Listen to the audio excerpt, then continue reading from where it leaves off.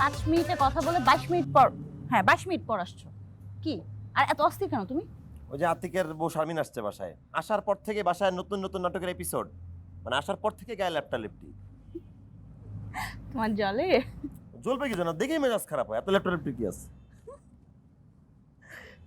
আচ্ছা ওরা করুক না, ঠিক আছে, লেট দেম বি। তুমি এটা বলো, আমার মাকে তোমার কেমন লাগলো?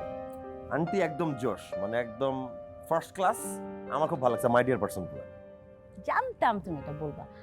আমার মা তো বাসায় ঢোকার সঙ্গে সঙ্গে রাকিব রাকিব করতে করতে, প্রশংসা করতে করতে একদম মুখ থেকে ফেনা তুলে দিচ্ছে। মাই গড, কি করছো তুমি? এই কিভাবে ইমপ্রেস করছো আমার মাকে বলো তো?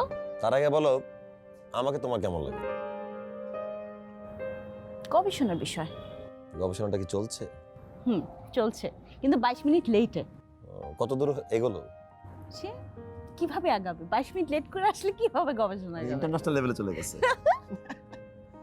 কিন্তু আমি খালি একটা জিনিস বুঝি না, মানে শারমিনের তো আতিকের সাথে ল্যাপটা লেপটি কেন করতে হবে? কারণ ওই যে বউ তো না, তুমি তো সিঙ্গেল মানুষ, বুঝবা কিভাবে? তাও ঠিক। যখন নাকি তুমি বিয়ে করবা তখন বুঝবা।